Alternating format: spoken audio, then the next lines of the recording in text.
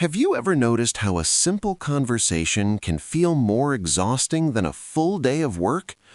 The kind where people talk about the weather, weekend plans, or things they don't really care about, yet something inside you quietly shuts down.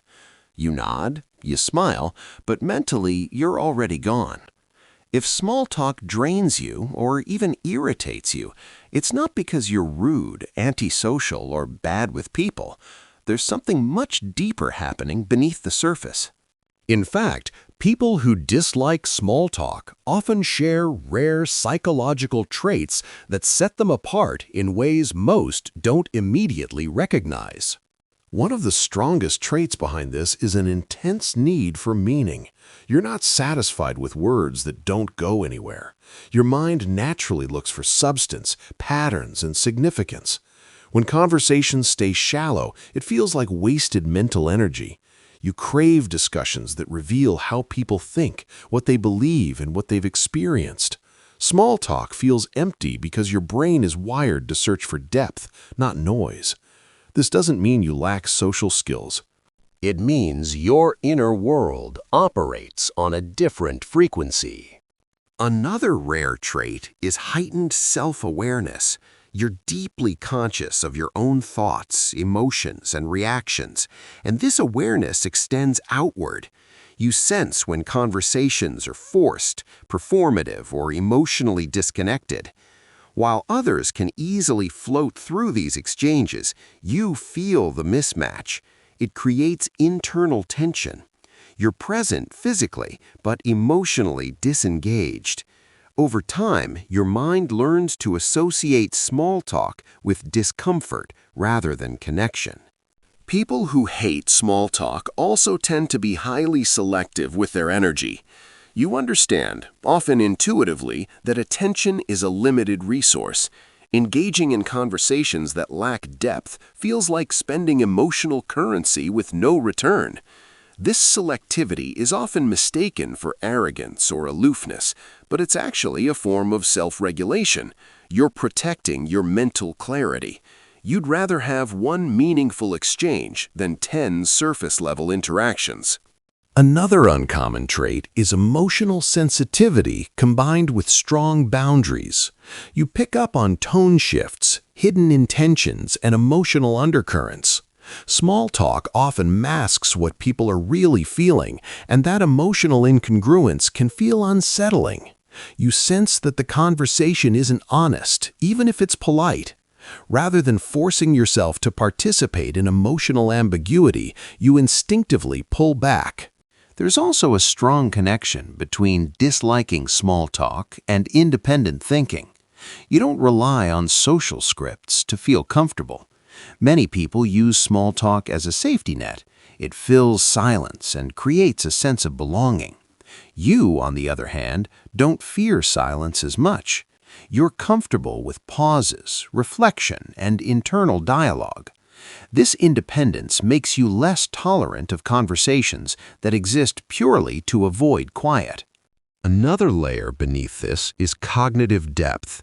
Your brain doesn't stay on the surface for long. You analyze, connect ideas, and question assumptions. When conversations revolve around repetitive or trivial topics, your mind becomes understimulated.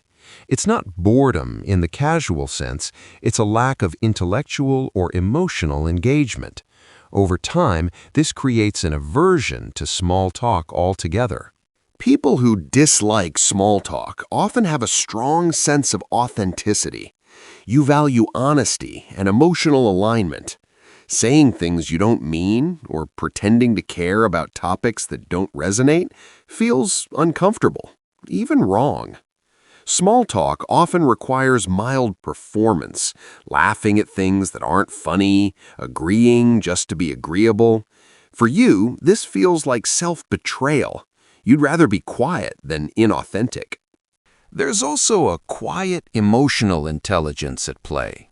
You understand that real connection doesn't come from constant talking, but from mutual presence and understanding. You notice how meaningful moments often happen in silence or in deep, focused conversation. This awareness makes surface-level chatter feel unnecessary, even disruptive. Another rare trait is low tolerance for emotional clutter. Your mind prefers clarity and coherence. Small talk introduces randomness and distraction that pulls you away from your internal focus. This is especially true if you're introspective or creative. Your thoughts have momentum, and trivial conversation breaks that flow.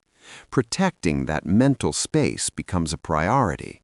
Many people who hate small talk also grew up learning to observe rather than participate. Whether due to personality or early environment, you became someone who listens, reflects, and thinks deeply before speaking. This makes you more attuned to the quality of conversation. When dialogue lacks intention, you feel it immediately. It's important to understand that disliking small talk doesn't mean you dislike people.